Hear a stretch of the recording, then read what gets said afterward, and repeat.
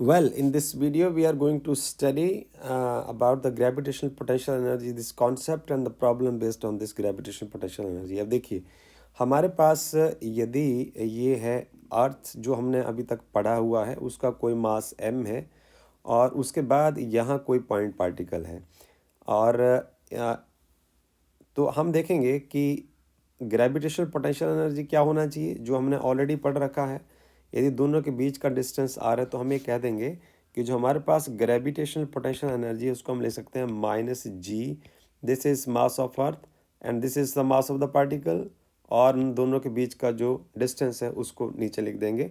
इसको आप equation number 1 कह सकते हैं। पर यदि फॉर एग्जांपल आपके पास एक ट्रायंगुलर मास सिस्टम है और इस तरीके का यदि आप के पास सिस्टम है, सिस्टम ऑफ 3 पार्टिकल हम कह सकते हैं, इसमें 3 पार्टिकल अरेंज्ड हैं और ये रहा मास m1 और ये रहा मास m2 और ये रहा मास m3। अब इन 3 पार्टिकल सिस्टम्स से यदि हम पोटेंशियल एनर्जी निकालना चाहते हैं तो इसको हम नंबर 2 ये कह सकते हैं। जो ग्रेविटेशनल पोटेंशियल एनर्जी होगी उसमें 3 पेयर्स आपके पास बनेंगे। वो होगा gravitational potential energy because of the mass located at point 1 and 2, or potential energy due to the pair 1 and 3 and potential energy due to the pair 2 and 3, right. तो इसको लिखेंगे कैसे? तो इसको हम इसी तरीके से लिखेंगे, gravitational potential energy due to the system of 3 particles, उसको हम लिखेंगे देखिए जी, ये रहा मास 1, ये रहा मास 2 और इन दोनों मासेस के बीच का डिस्टेंस, फिर आपके पास आएगा माइनस जी m1 m3 और 1 और 3 के बीच का डिस्टेंस, फिर तीसरे केस में आएगा माइनस जी, यह आएगा टू m2 m3 और 2 और 3 के बीच का डिस्टेंस कितना होगा। इस तरीके से हम सिस्टम ऑफ 3 पार्टिकल्स को निकाल सकते हैं। कुछ इसी तरीके की हमारी अब प्रॉब्लम रहेगी और उसमें हमारे पास होगा सिस्टम ऑफ 4 पार्टिकल्स। तो उन सिस्टम ऑफ 4 पार्टिकल्स की हम पोटेंशियल एनर्जी कैसे निकालेंगे इसकी चर्चा हम करेंगे एक एनसीईआरटी के एग्जाम्पल की फॉर्म में। तो उसको हमें स्टडी करना है कि इस सिस्टम की पोटेंशियल एनर्जी हम कैसे निकालते हैं। तो ये है हमारे पास problem of this kind, the same kind. तो यहाँ ही यदि इसको डिस्कस करें तो ज़्यादा अच्छी बात है। ये देखिए आपके पास एक सिस्टम ऑफ 4 पार्टिकल्स है, 4 पार्टिकल्स को अरेंज किया है एक स्क्वायर। यहाँ देखिए प्रॉब्लम को हम पढ़ते हैं। Find the potential energy of A system of 4 particle placed at the vertices of A square of side L. और ये देखिए आपके पास एक मास m, दूसरा मास भी m, तीसरा मास भी m और चौथा मास भी m, राइट। और इसकी क्योंकि ये स्क्वायर है तो सारी साइड जो है वो l है और जो बीच वाला जो डायगोनल वाली साइड होगी इसको हम पाइथागोरस थ्योरम लगा के यदि सॉल्व करें तो हमारे पास आएगी √2l, राइट। सो ये डायगोनल इसके बराबर होंगे, ये भी √2l होगी। तो ये इसको हम बोलेंगे मास 1, मास 2, मास 3 और मास 4। तो 2 और 4 के बीच का जो डिस्टेंस होगा ये भी √2l ही होगा because diagonals are same, right. So यहाँ से हमें पहले निकालना है सॉल्यूशन। हमारा क्या हो जाएगा, ये देखिए सॉल्यूशन हमारा होगा gravitational potential energy due to system of 4 particle. तो आपके पास आ जाएगा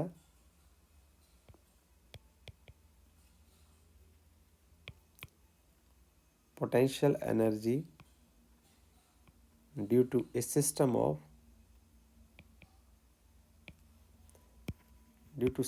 ऑफ फोर पार्टिकल्स।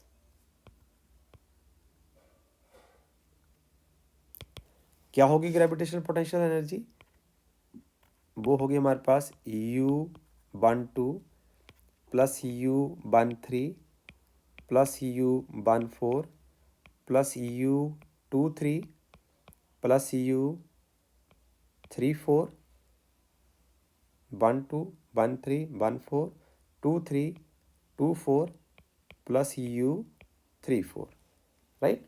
तो हमें इसमें क्या चाहिए, ये देखिए हमारे पास जो फार्मूला है उसमें हमारे पास रहता है कि बेसिक फार्मूला यदि हम लगाएं तो होता है हमारे पास 2 मासेस आएंगे और उन दोनों मासेस के बीच का डिस्टेंस क्या होगा। तो हमारे पास यहाँ क्या है m1 is equal to m2 is equal to m3 is equal to m4 और ये सारे मास m के बराबर हैं। तो हम यहाँ लिख देंगे ग्रेविटेशनल पोटेंशियल एनर्जी इज, पहले इसको चूज करिए, ये आएगा आपके पास minus G, m1 is m and m2 is m divided by distance between the one and two, right. दूसरा आ जाएगा माइनस जी m1 m3, इसको हम ऐसे लिख देते हैं 1 2 m1 m3 upon distance between 1 and 3 minus G m1 m4 and distance between 1 and 4 minus g m2 m3 and distance between 2 and 3 minus g m2 m4 and distance between 2 and 4 minus g, this is m3 m4 distance between 3 and 4. So this is all about this, right? 1 2 1 3 1 4 2 3 2 4 and then 3 4. अब हम यहाँ देखेंगे कि हमारे पास जो distance है वो किस तरीके से है। 1 और 2 के बीच का डिस्टेंस जो है वो L है। 1 और 3 के बीच का डिस्टेंस देखिए अंडर 2L है। 1 और 4 का जो डिस्टेंस है वो L है। 2 और 3 के बीच का डिस्टेंस जो है, और 2 और 3 का डिस्टेंस भी L है। 2 और 4 का जो डिस्टेंस है वो अंडर 2L है, और 3 और 4 के बीच का डिस्टेंस जो है वो L है। सो हमारे पास चीज़ें पता है, और ये जो अंडर 2L है इसकी हम एक्सप्लेनेशन दे देते हैं। ये पाइथागोरस थ्योरम से आप कह सकते हैं कि जो ये पॉइंट है, हम इसको कह देते हैं, इसको A कह देते हैं ना, इसको 1 4 हम कह देते हैं। 1 और 3 के बीच का जो डिस्टेंस है वो आ जाएगा under root of L square plus L square, this is under root 2 into L होगा यूजिंग पाइथागोरस थ्योरम। अब आप जस्ट भर दीजिए, हमारे पास आ जाएगा gravitational potential energy due to system of 4 particle is minus G M square, ये सभी से कॉमन आ जाएगा, और आपके पास यहाँ बचेगा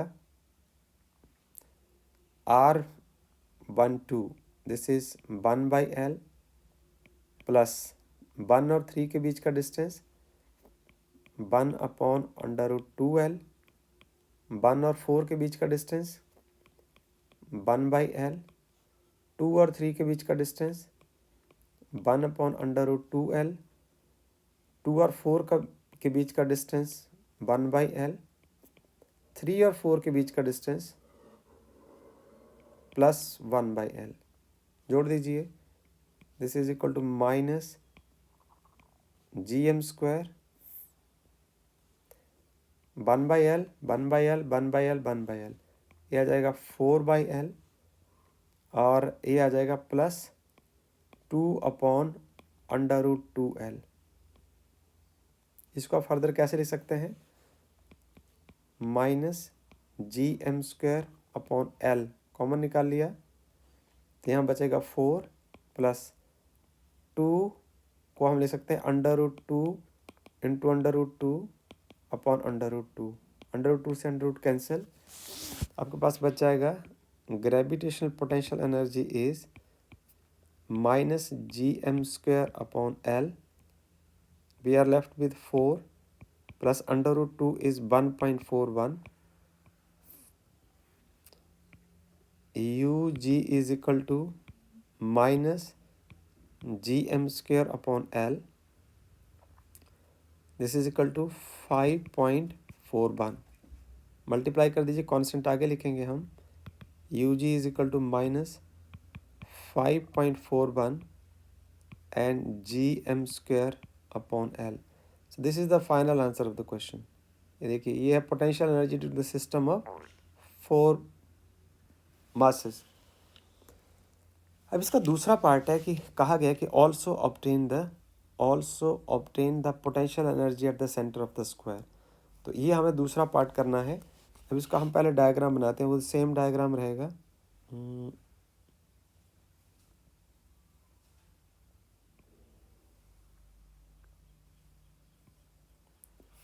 find the potential energy at the center of the square. So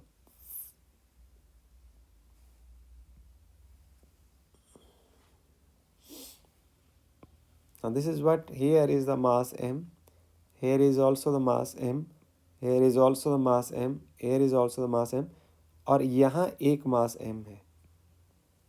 now यहाँ से इसको आप कह दें 1 m1, और ये सारे मास सेम है.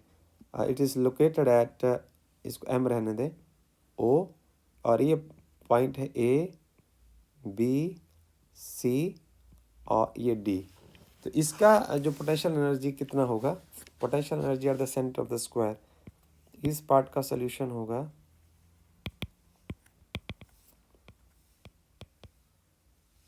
Potential energy at the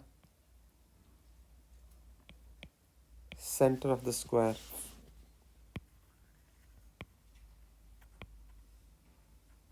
Center of the square of side L is, ये देखिए कितना इजी होगा. फंडामेंटल फार्मूला आपको पता लगना चाहिए कि जो ग्रेविटेशनल पोटेंशियल एनर्जी हम कैलकुलेट करते हैं वो करते हैं G(m1, m2), जो दो मास आप चूज करेंगे उन्हीं के बीच का डिस्टेंस. तो एक तो हमारे पास कौन कौन हो जाएगा. अब इस मास की वजह से ग्रेविटेशनल पोटेंशियल एनर्जी कितनी है, जो सेंटर में रखा है, तो सेंटर में OA और OB की वजह से, OC की वजह से और OD की वजह से. तो आप दो मासेस, सारे मासेस सेम है, तो इसमें आपके पास क्या आ जाएगा, हम पहले लिख देते हैं, -G m1 and m2 both are same, so it is gm square upon r OA के बीच का distance, minus gm square upon r OB के बीच का डिस्टेंस, माइनस gm स्क्वायर और r, ये आपके पास है OC, माइनस gm स्क्वायर और r, ये कौन सा है, OD. सो हम ये कह सकते हैं कि ROA is equal to ROB is equal to ROC is equal to ROD, all are equal to, देखिए ये है हमारे पास √2L/2. So this is equal, पिछले केस में हमने ये निकाला था कि जो हमारे पास ये जो साइड थी दैट वाज √2L, राइट. तो R जो होगा वो इसका आधा हो जाएगा, तो इसको हम लिख सकते हैं √2L, और √2 को लिख सकते हैं √2 इंटू √that UG जो होगा, this is minus gm square, ये कॉमन आ जाएगा सभी में से, और आपके पास आ जाएगा √2/L, बिकॉज हर जो डिनोमिनेटर में है, और plus √2/L plus √2/L plus √2/L, right. So this will become minus gm square into, यहाँ से आ जाएगा हमारे पास 4√2/L, राइट. सो आप इसको मल्टीप्लाई कर दीजिए, कांस्टेंट आगे लिखा जाएगा -4√2 and gm square by L. So this is the final answer of the question. This is the expression for potential energy at the center of the square. Thank you.